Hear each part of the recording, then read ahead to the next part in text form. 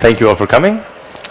My name is Pétur Halldórsson, and I am the chair of the Icelandic Youth Environmentalist Association, and also the founder of the Global Arctic Youth Network.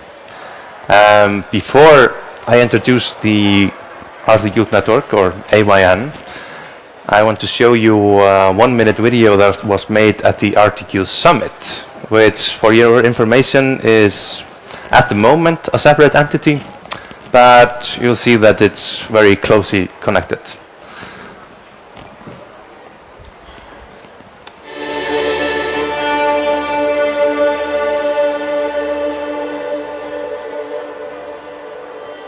Mi arkteleskolu nuora jahki, ahti mi buokfert parka ene, mai pistäväs outanemi ulmilla olahuvui. Samfélagið ógnar nú lífi á jörðinni með því að nýta auðlindir okkar eins og þær væru óþrjótandi. Madvitamane, tietovaihtanange, moksermi man harvava. Taamaamat pissitumi pissutsit pillugit inuusuttut nipaa, iqsarissangiarlugit aqallittarfimmit pillersittigugut. Bigit sellerbut bari üneri tınnağı qarıstığıbıtın. Eder oğular havaların istiğterin. Üçügey hepçeki ürektäq boluqtarin. Anna biljekterin toh problema bari Arktikala. Det är upprätta, leda och organiserat av unga människor från en räcka forskjellige kulturer och nationer i Arktis region som samarbetar över landgränser för att nå felles mål. Mitteletep ilmoittaa, ketä jäivät och drömmer vidunettu.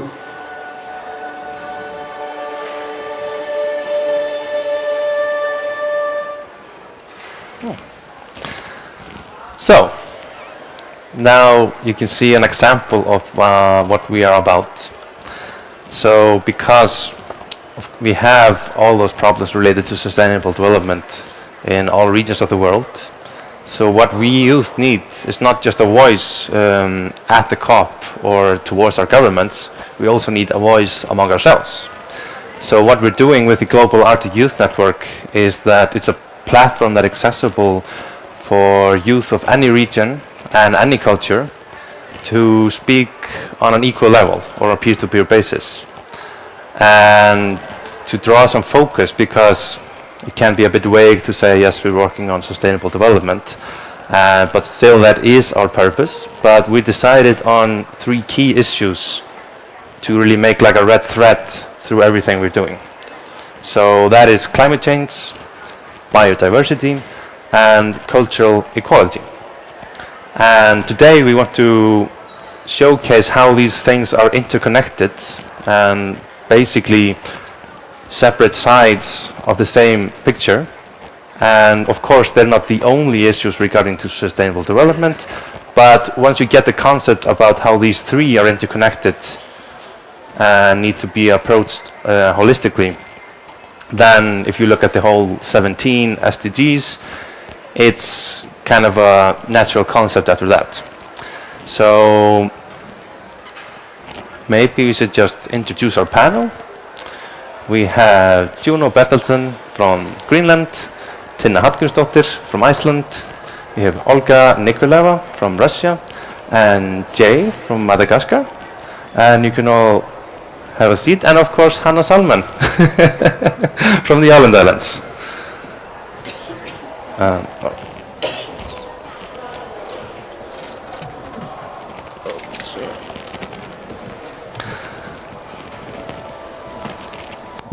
And so, since our purpose is to showcase how these issues are interconnected, we also want to showcase how the different regions and cultures are interconnected.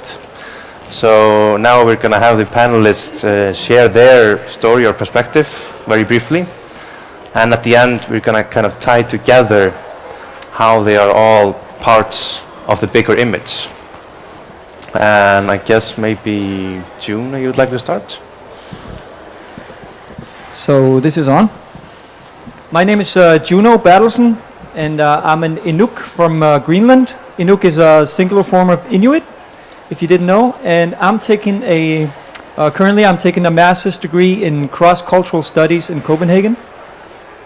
So there are many examples of how climate change is affecting people all over the world right now, from from sea levels rising to droughts to violent storms. And as we all know, in the Arctic, the ice is melting.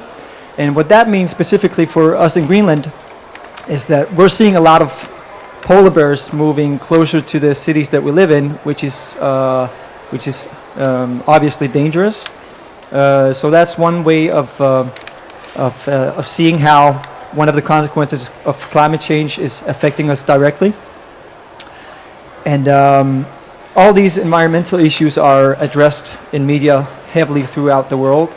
But what I want to talk about today is the importance of language, since, as I will argue, it relates to climate change and environmental issues.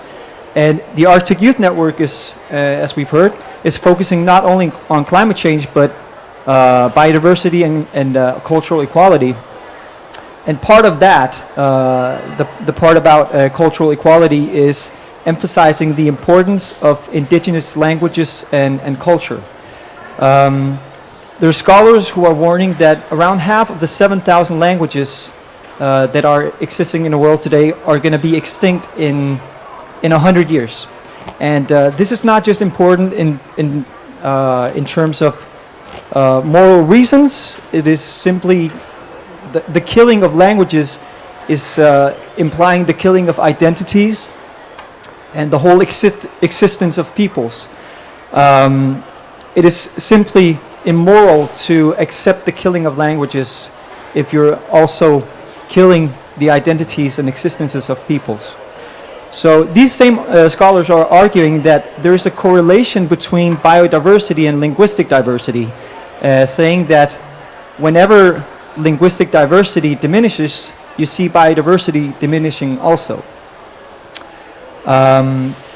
Language is connected to knowledge because knowledge is created through language. And indigenous knowledge has always been focusing on living sustainably and has created knowledge systems that, through language, that made sure that the environment is respected and protected. So Inuit people have in Greenland have always been observing animals and the environment throughout their whole existence in the Arctic. This indigenous knowledge has been used quite recently when the Nordic Council Environmental Prize was actually given to Greenlandic fishermen and hunters, since they were providing researchers with knowledge and observations about animals, the environment, how the weather has been, and also proposing new ways of managing these different things that they've been observing. So this is one way of appreciating indigenous knowledge and culture, which is hugely important in terms of sustainability. So it's a very, very important step, in my opinion, which has inspired similar projects in Russia and in Finland, and currently it's inspiring projects all over the world in different countries also. Yeah, and it's important how it can spread. Exactly. Exactly. So I'm part of a Greenlandic group of Greenlandic youth in Copenhagen right now. We've made an organization called Nelik, which means equal. And we're working to raise awareness about racism, prejudice, equality, and most importantly about decolonization. So why I say it's most important is that part of decolonization is precisely about promoting indigenous language and culture also, and addressing this imbalance of power relations between epistemologies, which means knowledge systems, between the West and indigenous cultures. So one very specific initiative that we want to take in Nelik, our organization, is starting a process of producing Greenlandic books in Greenlandic language by Greenlandic authors, so that our history and our knowledge is provided to our indigenous population, told from our own point of view. And that's something that has been missing throughout all colonial history, that we get to represent ourselves and present knowledge about ourselves to our own people.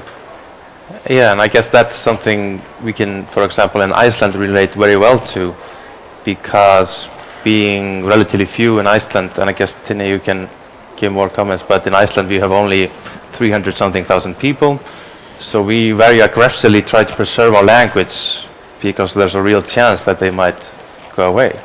Exactly. But I guess you might. Yeah. Yeah. So it's just as a conclusion, I'd say that it's very, very important to support initiatives like these, both the Arctic Youth Network and the organization in Copenhagen that we made, because it's a step in the process of addressing these issues we have with climate change and environmental issues. Yeah. Thank you. Thank you. Tinna? Hello, my name is Tinna Hallgrímsdóttir and I am from Iceland, the country of fire and ice, a country of contrasts, a country with the highest ranking gender equality in the world, but nevertheless only 11% of female CEOs, a country with one of the richest economies in the world that nevertheless keeps exploiting its natural resources for more profits. A country that's a leader in the use of renewable energies, but nevertheless with one of the highest carbon emissions per capita in Europe. A country with the least health risks due to air pollution in Europe, but still 80 premature deaths every year caused by poor air quality. And to put that in perspective, that is 16 times more than what we're aiming for, what the government is aiming for. So that's the topic I wanted to discuss, air quality in Iceland. And because it's an environmental issue that has the worst health effects on vulnerable groups of society, such as children and the elderly, and also people who have heart diseases, lung diseases, or who suffer from respiratory problems. And in Iceland, we've already moved to more sustainable solutions when it comes to electricity or heating, but when it comes to transport, both our systems and our behavioral patterns are lagging behind. In winter, the majority of Icelanders drive their fossil fuel-driven cars on studded tires every day and hardly ever use public transport. On New Year's Eve, we blow up so many fireworks that we have the highest measured particle density in the world at a given time. And this forces people who are sensitive to pollution to stay inside. So this shows that we can have an environmental problem that disproportionately affects vulnerable groups of society, and often those groups are not the ones to cause the problem. So that is why it's not enough to look at these problems only through the lens of climate change or biodiversity, but we also have to include the social aspect, and that is where cultural equality also comes in. Thank you. Olga? Hello everyone, my name is Olga. I'm a YOUNGO people indigenous representatives. So my earrings are showing that I'm coming from Yakutia. It's far east part of Russia, and my necklace is showing that my roots are from the Arctic part of Russia, also from the Yakutian part. And since I'm indigenous people's representative, I would say that saving the language is a very important thing, and I agree with Juno. Because, for example, a YOUNGO language has every word for reindeer parts, and also a YOUNGO language has every word for age of reindeer. So if we will lose the languages, we will lose our traditional indigenous knowledge about reindeer and other species of like biodiversity of the Arctic. And also, I'm being a member of Youth Council of RAIPON. RAIPON stands for Russian Association of Indigenous Peoples of the North, and we have our own organization of youth uniting all the 40 indigenous peoples from all over Russia. And to me, Arctic Youth Network is a great place to share our experiences. First of all, how we solve our problems, and also I would like to add that I was taught that we need to respect our traditional knowledge given us from our parents, grandparents, for our future generations. So since we are all the representatives of the youth, so the future of sustainable development of Arctic is all on us. Thank you very much. Thank you. Hanna? Hello, my name is Hanna Salmén, and I'm from the Åland Islands, an autonomous region of Finland. And our region is not an Arctic region, but it of course faces similar problems as the rest of the world. So it's an archipelago composed of thousands of islands between Sweden and Finland, and we are really in the middle of the Baltic Sea. And as you all probably know, the Baltic Sea is very polluted, and often people have the perception that the Åland Islands are very sustainable, very clean, because it's a very nature area where there are not that many people. It looks very empty. But however, per capita, we are very polluted, and we can also see that it's not only the sea, the Baltic Sea, that is polluted. It's also the smaller bays within the archipelago that we are directly affecting. And very recently, actually, the number of registered cars on the Åland Islands exceeded the number of actual people. That's just to show how much we are dependent on transporting ourselves with cars instead of finding solutions for public transportation or otherwise. So the Åland Islands, they have actually taken steps to change this from a more holistic point of view. So in 2014, I believe, the government and the parliament set forth a goal for a sustainable Åland Islands by 2051. And this was to become an agenda for sustainable development that also englobes not only environmental questions, but also cultural, social, and economic questions. And this agenda has now been adopted that is very specific on the local level on how the Åland Islands can become more sustainable. And to support this agenda, a network was created called Bärkraft. And Bärkraft is a Swedish word that means viability. And it is where all actors of the society, from individuals to businesses to political level, can get together to have change together, but also systematically find ways to improve the way we are living. So that was just an introduction of the example from the Åland Islands. Thank you. Thank you. Hello, my name is Zay and I'm from Madagascar. So most of the time people hear about Madagascar because of the movie. I don't know if you've seen it.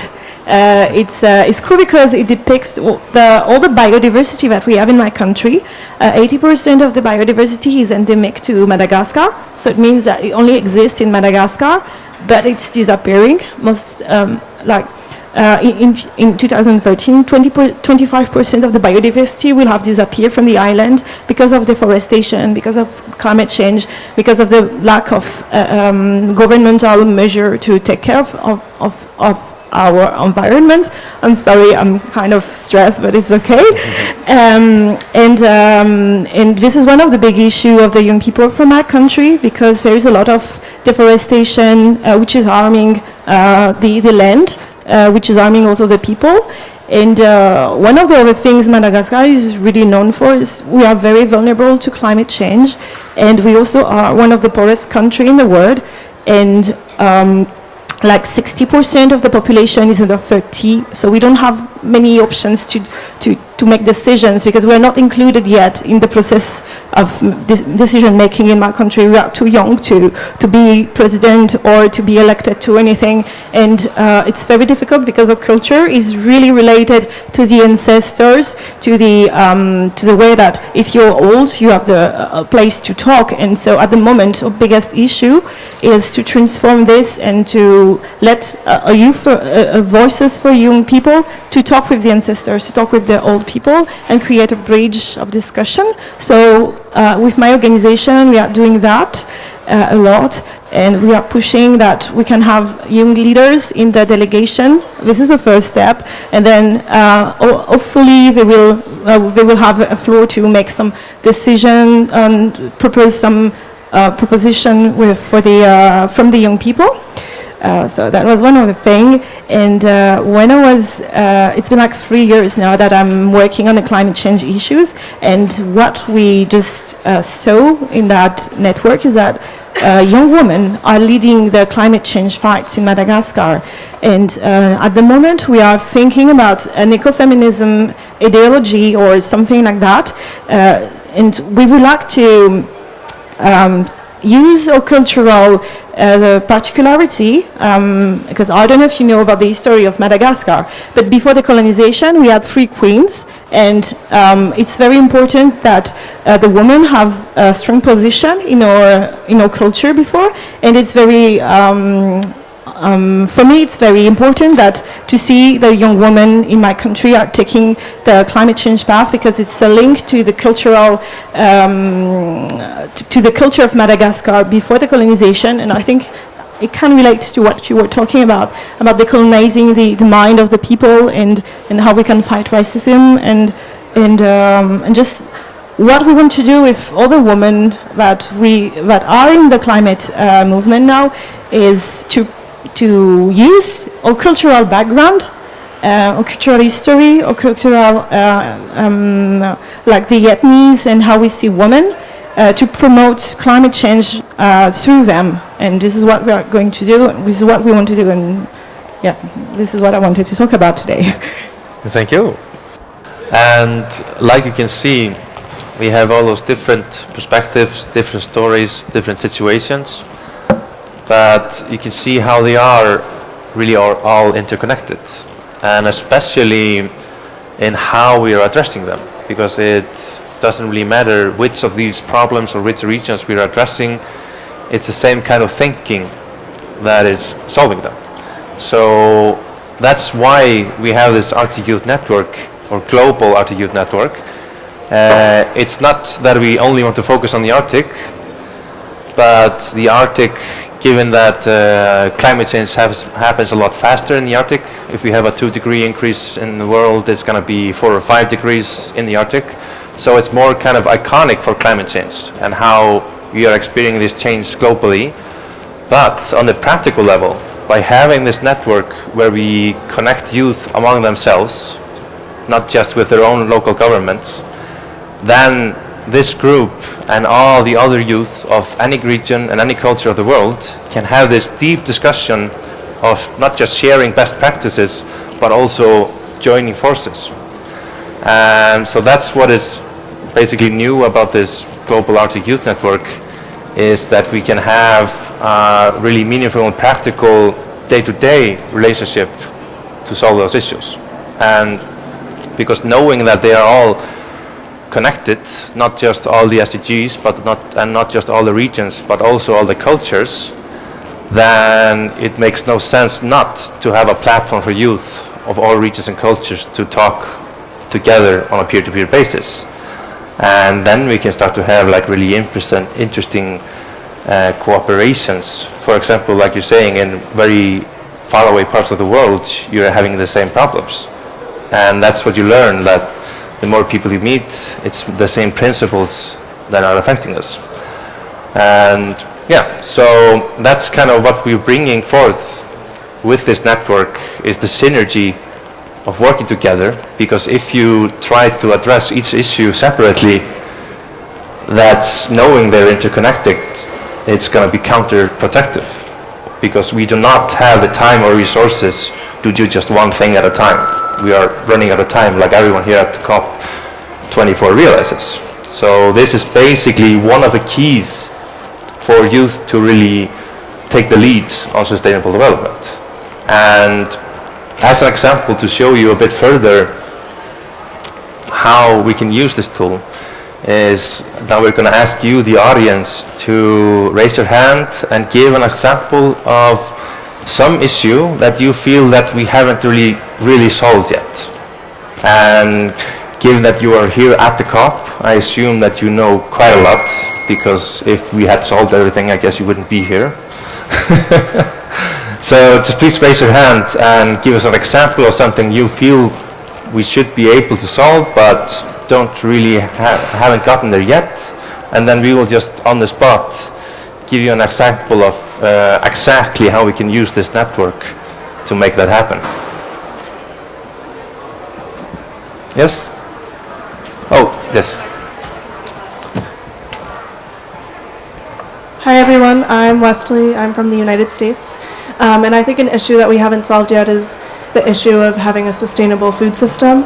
I went to a talk last night called, the title of the talk was called Scientists Warning to Humanity, and I learned that 30% of our world emissions are somehow related to our food system. So whether that's agriculture or disposal or transportation, and that really surprised me. Sorry. Yeah, thank you. And that's a really good example because, well, of course we have food production everywhere in some form, and due to our international community they are interconnected. Like for example in Iceland we are eating biscuits with palm oil from Singapore and other places. So then we hear that for example virgin forests are being cut down for our biscuits, which makes no sense. But then we think, okay, how can we get biscuits without destroying Asia or South America or whatever? But now we have, I don't know if you heard about it, the trace.earth concept. So they basically can trace produce the way it travels around the country, around the world. And now, for example, we have representatives in Singapore in our global Arctic Youth Network. And we actually have, if you go search for us on YouTube, we actually have already a few webinars where we have a deeper discussion, if you're interested. And there, actually, I asked them what was the most relevant environmental issue for them, and they said deforestation, because of palm oil production. And then I asked them a bit further, and they said, well, there are certifications. So that means I can ask them in like 5 minutes which certifications are the real deal and which aren't. So I in Iceland can ask them, are you buying from a good source? And because we have this network and are using the internet, then they cannot fool us, because we can always ask our representatives. And that's the important thing about this Arctic Youth Network, that we have this concept that anyone with any issue relating to sustainable development focused on the holistic approach. With this concept, we are connecting all that youth who can collectively do this in a really holistic way, but not just saying holistic without meaning it. And then you can apply that to any other aspect of food production. Yeah? And also to this holistic approach you mentioned, I would like to add the fact that we need to use also traditional indigenous knowledge about food, like using, I would say. For example, when indigenous peoples eat reindeer, they use every part of reindeer. They don't waste like for no reason, for no using it. Even the fish. When you eat fish, you eat every part of it, even bones. You give it to your dogs or use for another dish like in the future. So basically we need not only, of course we need scientific research on how to improve our food culture, but we should remember that there is also existing food culture of indigenous peoples who are living for centuries on the way, like in the way they live now. Yeah, exactly. And that's what I find so fascinating about indigenous cultures, is that they have for hundreds of thousands of years been living entirely sustainably. And now we have our global culture or Western culture, and if you look at how developed our culture is with overusing exploiting our natural resources, that shows how we can learn so much from other cultures. So by connecting youth of all those different cultures, then we can see, oh well, okay, they're doing that and it works. We can do that also. So it's a pretty simple point, just to connect youth. But yes, but it can achieve so much. So any other issues from the audience?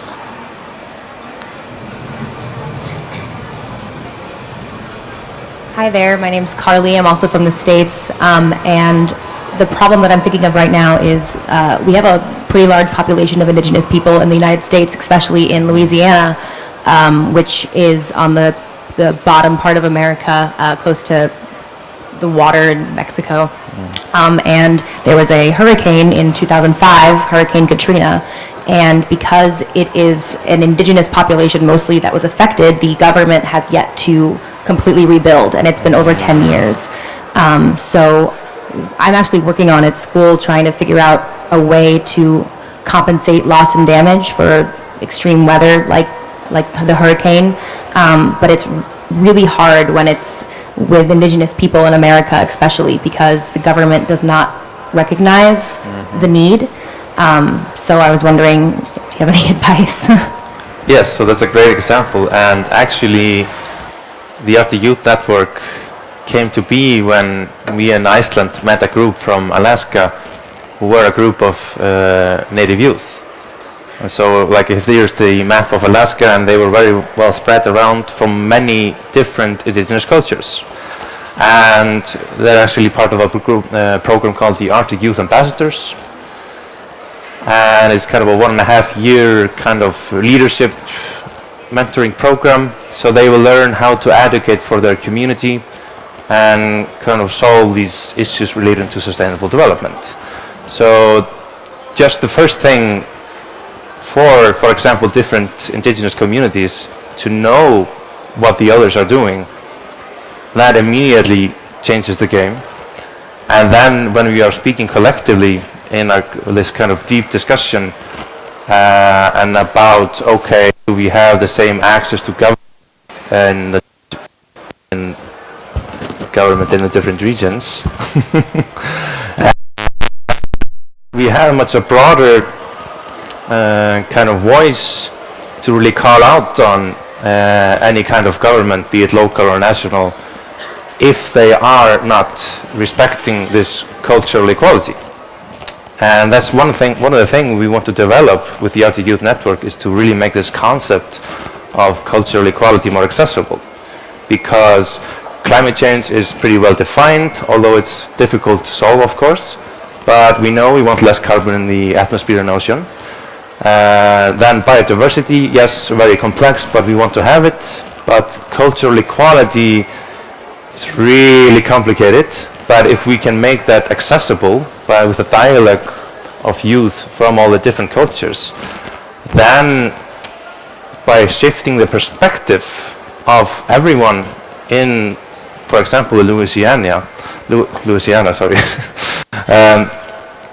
then it's a very simple argument to say this is not okay.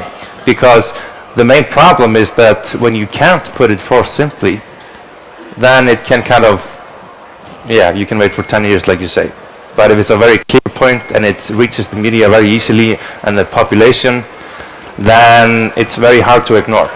So just by having the youth discuss this as a whole of all the different cultures, and that means also that if there's one culture that is at a disadvantage and there's another culture that has more like pull in the contest, but then we have youth from both cultures in the same team, then we can use all the resources to kind of level things out.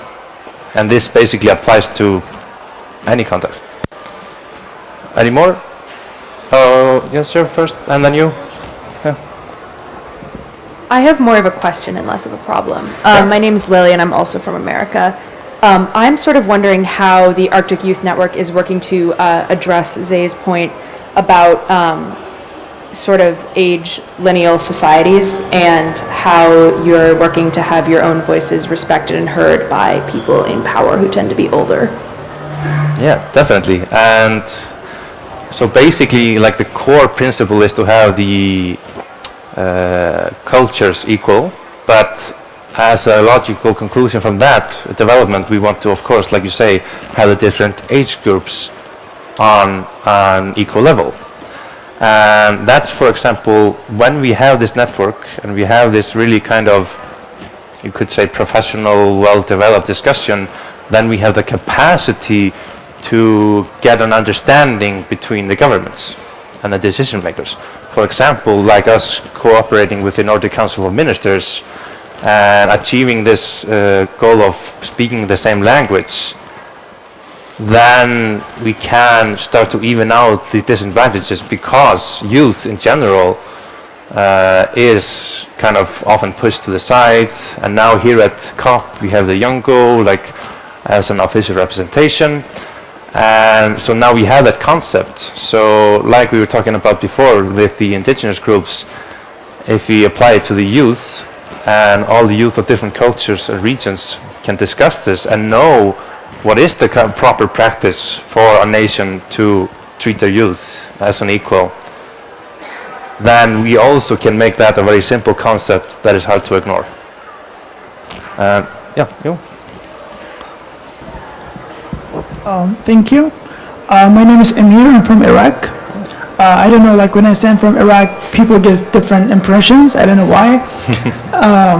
Like, I'm going to like give you 2 questions and with its elaborations, and plus I would ask you for your suggestion, like how can youth be a part of such issues.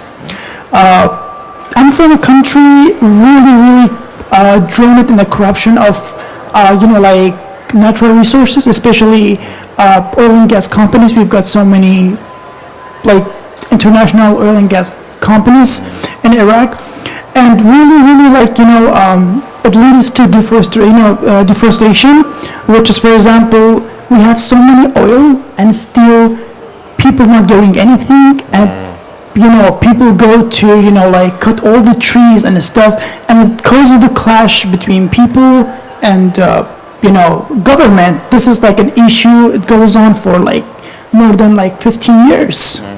Yeah, like that is one. So how can like young people can have a voice to be heard, like can be part of, to solve such an issue, please? Thank you. So we know that there are youth in Iraq who are passionate about sustainable development with a holistic approach. And we know, like you say, you have these issues and the youth are experiencing them. So we know that they are there who want to solve these things. So now we have this AYN platform, which basically, if they at some point in time they have access to the internet or can meet someone else from the network, they can join our discussion, and then we can really elaborate on this. And if we have youth from all the different sectors or regions of Iraq and different levels of society, and like we were talking about before, when we have those who are in the more difficult position and then those in the more maybe a bit easier position, but if they are then on the same team, because that's a good thing about youth, we are everywhere in all parts of society. So when we connect those youth and everyone can really have a discussion about what the issues are really in details, then also we can draw forth a very clear image of what's really happening and what we should do about it. So the first step is just connecting the youth who want to approach this in a holistic way. And when all the decision makers and all the youth around the world know, okay, that's something that we obviously deem is not the proper way to do it, but now we have an example of how to solve it. For example, Alaska is experiencing a similar problem because they have a lot of oil extraction, but it's refined in another state, so they do not get the profits. But of course, then you have also conflicts and all that, but it doesn't matter what it is if we can have this dialogue. And for me, it's very interesting to have, especially like the more trouble there is in a region, the more we need to have those youth voices in this collective discussion. And then we can take it from there. Oh, microphone. Yeah. I can give more, like 2 examples, like what happened before, like 1 month. It's like a kind of oil refinery near to Tigris and Euphrates rivers. That those kind of polluted, let us say, liquids has been mixed with with the water, like millions of fishes were dead. And that makes the people make the people's life so hard because, this is what they're living on. That is one. And two, after ISIS invaded Iraq, that we have so many IDPs, internal, displaced people. For example, so many refugee camps are really close located to oil companies. And you've always see they have so many health problems. Thank you. Yeah, and there you can see the connection. For example, the oil we are extracting to change our climate, which of course is affecting us so greatly. And then the same industry is also, like you say, polluting the river, affecting the biodiversity, which is what we need to be able to sustain ourselves. And then it's connected to like these conflicts, and that of course most of the time relates to either cultural inequality or within societies. So if we have youth everywhere, that's because the youth has the flexibility to speak freely among ourselves. We do not need, for example, if we were all ministers, you would not see us on the same team, you would see us protecting our interests. And of course they need to do that, and that's very good and all nice, but that is why we need to have this youth network, because we can speak as one whole. And I think these boxes are a pretty good example, because usually people take one box and okay, this is a lot of work, we need to solve this, and they're like, oh well, we need also solve this, and it gets really complicated. So what we can do, and that's why it's so good to have this one, if you always approach it as one whole, even though you're focusing on one part, you're still holding the rest. And this is what the youth can really do, because we are willing to connect everywhere. And so if you know youth who would like to join us from Iraq, that would be perfect. Yes. Oh.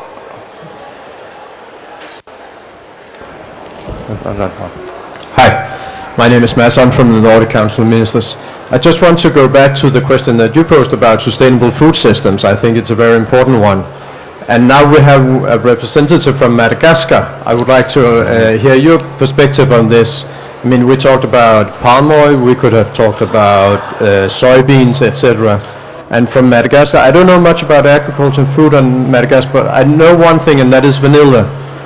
And I also know that there's a shortage of vanilla. But how does this discussion talk about sustainable food systems look like from a young person from Madagascar? I know all about how it looks from a Northern European perspective. We import a lot of goods and so on.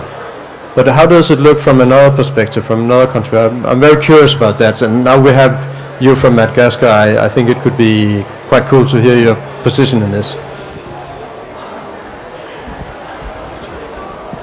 I think it's already. Okay. So I'm not an expert on sustainable food, but what I can say, like you talk about vanilla, there is also girofle. I don't know how to say that in English, I'm sorry. It's a spice we produce in Madagascar. And basically we have this huge field of crops for vanilla and for the spicy of girofle. And it's not really sustainable, but it's making people live. So I don't know, I'm not sure what to answer to your question. We are trying to do some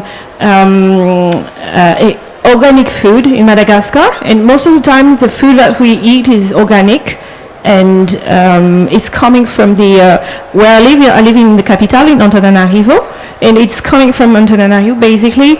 But what is very strange for me is that the people from the other areas of Madagascar, they don't produce their own food, so we have to provide them the food. And this is maybe one of the things that we can improve in my country, like promote the local agriculture for living, and not only for the vanilla and for the girofle, and like promote urban agricultures and what the farmers are doing. And I'm not sure what to answer, except that,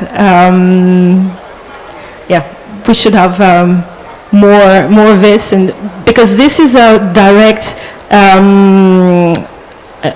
effect of the colonialism also. So I think it's also linked to the decolonization and how we see what we can get from the land and how we can get it. So yeah.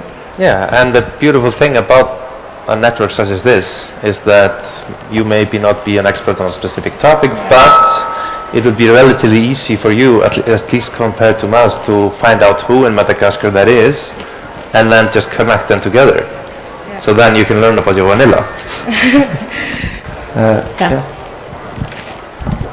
I also really wanted to kind of give my perspectives on that question, because the point I was making before about indigenous knowledge and indigenous way of life, which is all about living holistically or sustainably with the environment, what I would say is, in the Arctic Youth Network, what we're trying to do is tell decision makers to do more about drawing in indigenous peoples, using their knowledge and their way of life to affect the way that the West is putting up their system. Like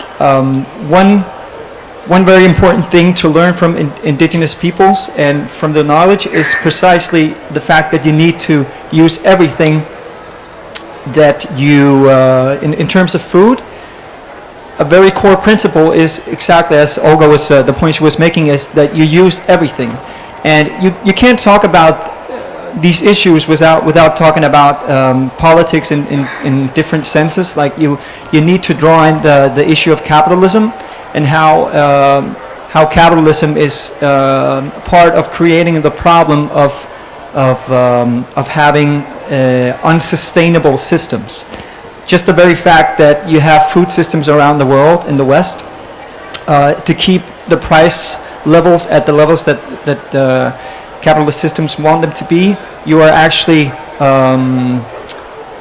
destroying food sources, and that's just a whole different paradigm when you compare it to indigenous way of living and the knowledge that we do have, that in order to live sustainably in this world, you need to think about using every part of whatever you're using from nature, so nothing goes to waste.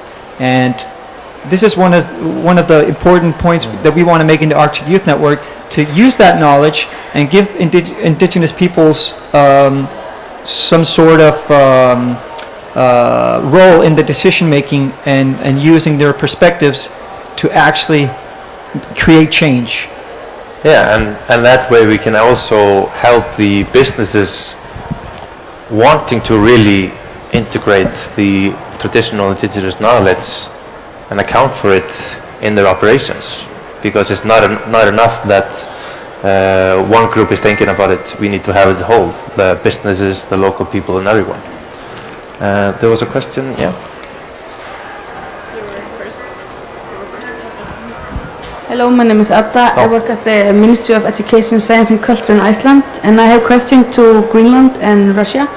And it's about, often when you talk about Arctic, you always talk about, you often talk about science and researches, but people often forget about culture and the people who are living in the Arctic. So my question is to you, how can we use culture as a tool to like, because you are both consumers and you have extremely talented artists in your country that often are forgotten. So how can you use your network promoting the culture from your country? Okay, I agree with you that we have so many talented artists in our cultures.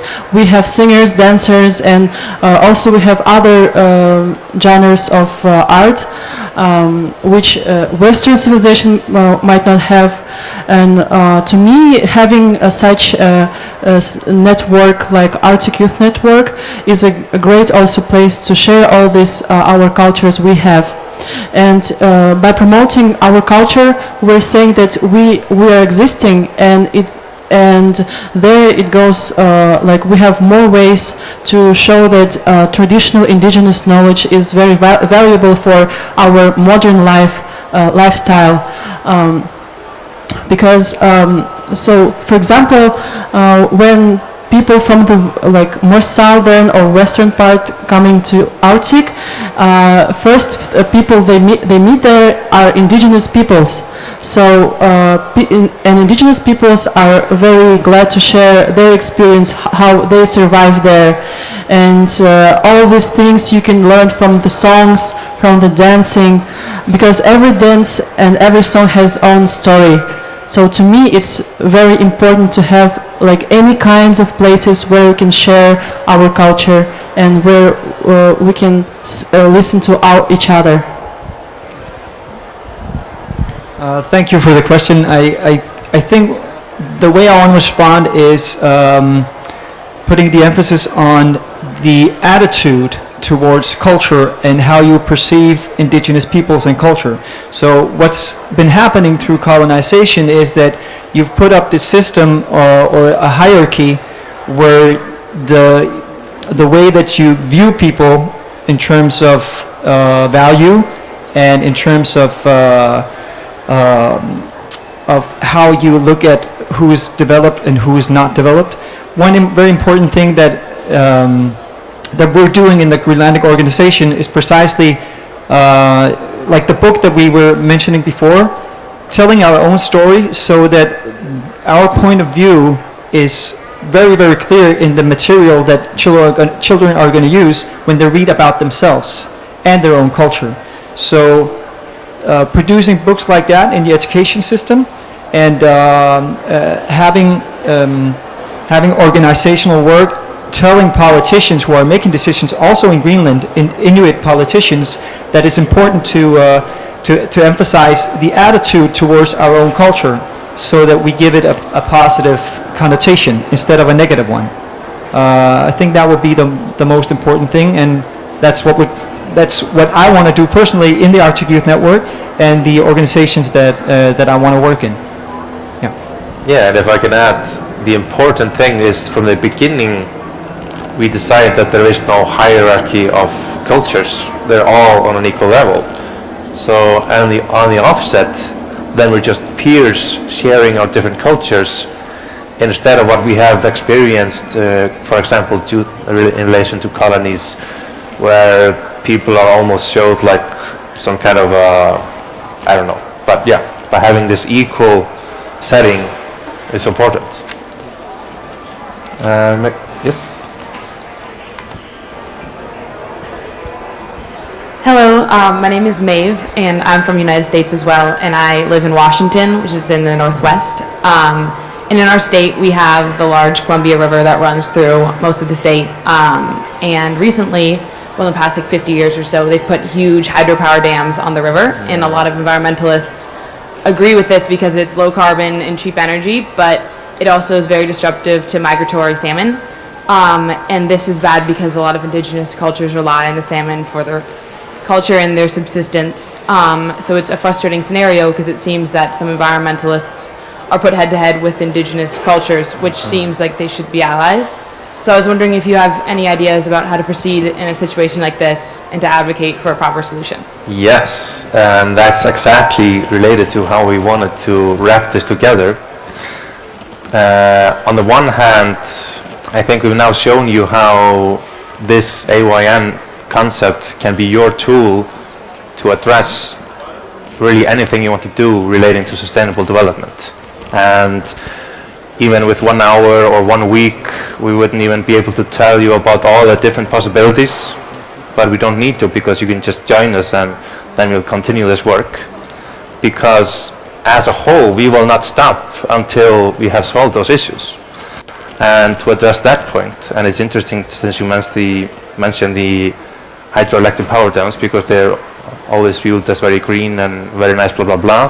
But in Iceland, for example, that's also has been very controversial because they are not without effects. But touching on something specific we would want to advocate and that we would want to tell decision makers right now is if we look at those projects, they require an environmental impact assessment. And there they check the nature, But what we feel is really important is to implement the indigenous traditional knowledge in the design of the environmental impact assessment, because, and in a meaningful way. It's not enough to just say, yes, well, we called a native person, and they have to do it in a meaningful way. And if they do that and implement the traditional indigenous knowledge, then we wouldn't have this problem. And that also would mean that they would have to design both state and federal law in a way that really accounts for those different cultures. So now we have this very specific point that we can call for, and it's simple enough that it should be hard to ignore.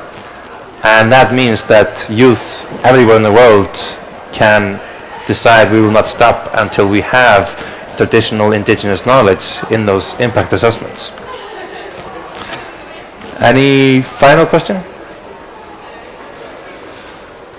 Well, I think that's pretty much how we wanted to wrap this up. Any final thoughts from the panel? Yeah, I think I'd just like to add, I think it's a very relevant question, and I would say that there is no easy answer to that. We have the same problem somewhere in some places in Greenland, because we have a very high level of sustainable energy consumption because we've built dams also. So I think around 70% of our electricity comes from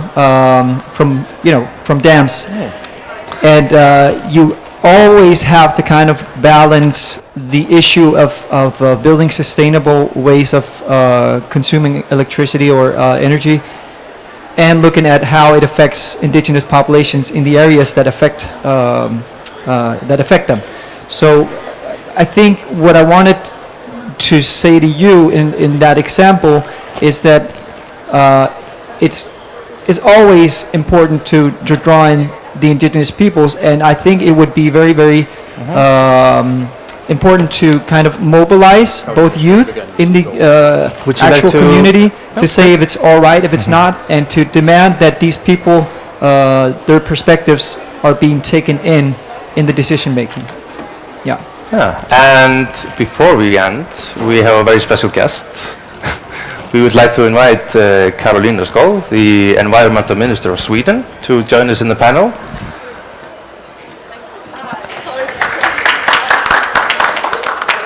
Because we are very interested to learn about the perspective of decision makers in our youth discussion.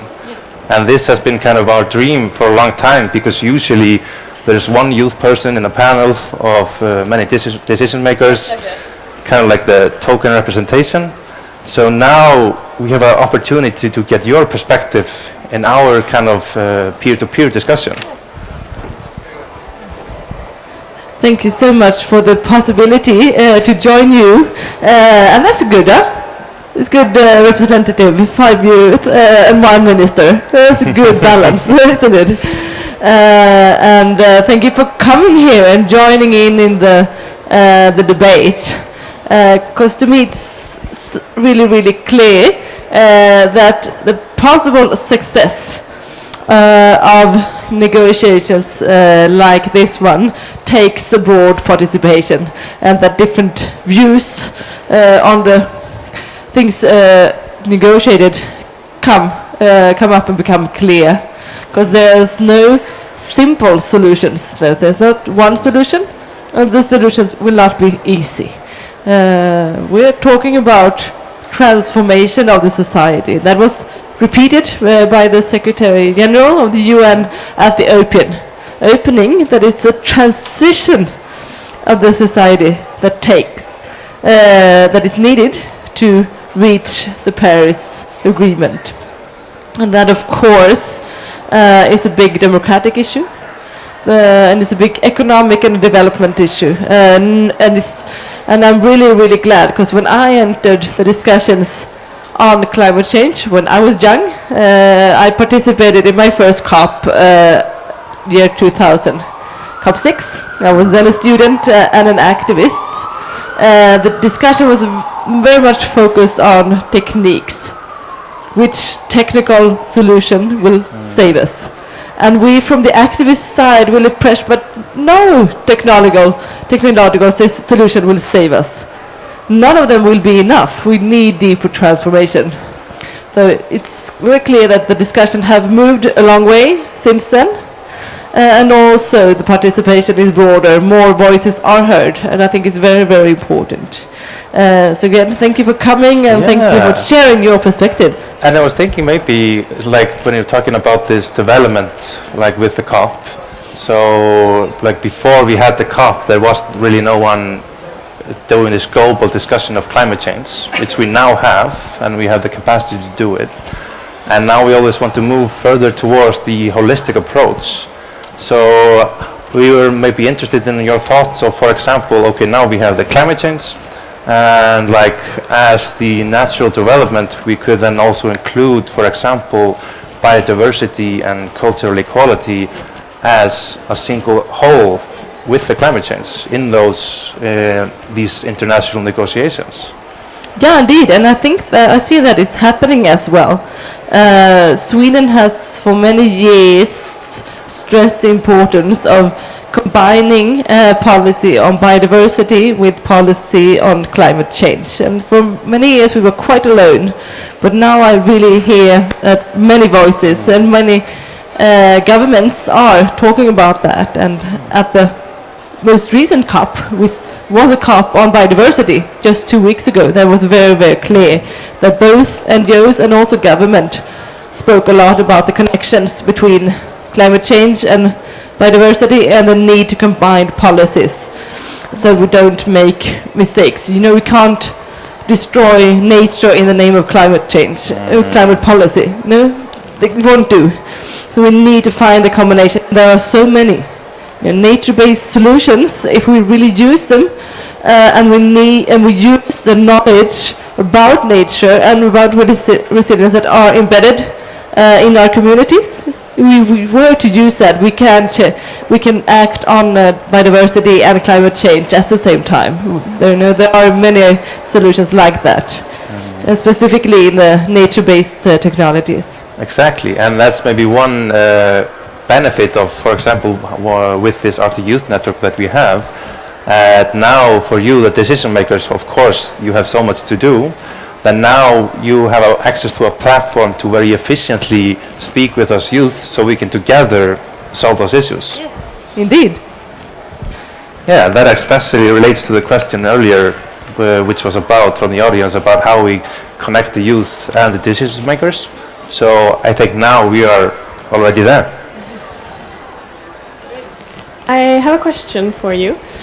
So I'm one of the co-organizers of this day, the Youth Day, and from today we want to have a message to the negotiators at COP24 for what our message would be. What would be your suggestion to how can we make that message heard in the best way? I think the most important thing to focus on is to stay science-based in any step forward, and to act upon the knowledge that is there, because it's really clear. The message from IPCC and many research organizations are very, very clear. So that's one thing that I would focus on. But of course also this, what we've been talking here, the broad participation in terms of finding solutions. I think it's important to acknowledge that we know that it's not easy to find the proper solutions, and a willingness to act on that and to participate in finding that, of course, then you can both push but also offer help. I think that's how you open ears to decision makers. Yeah, that's great. And Karolina, maybe I can share with you a very specific point that we thought that we could share with decision makers at the COP, is that, for example, for every development needs to be an environmental impact assessment, where of course the nature is observed, etc.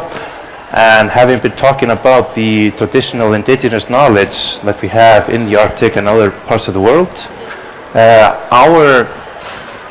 we feel that in our legislation, in the design of this environmental impact assessments, they should, in a meaningful way, include the traditional indigenous knowledge, so that would make them a lot more holistic.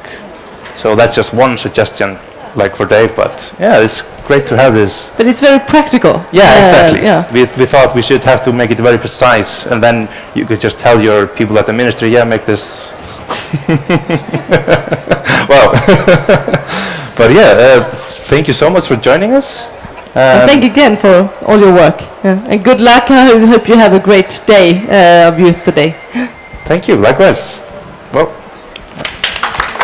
thank you. So I guess that's it for today. We want to thank you everyone for coming, especially the minister. And please talk with us afterwards so we can discuss those details of how to really solve those issues. Thank you.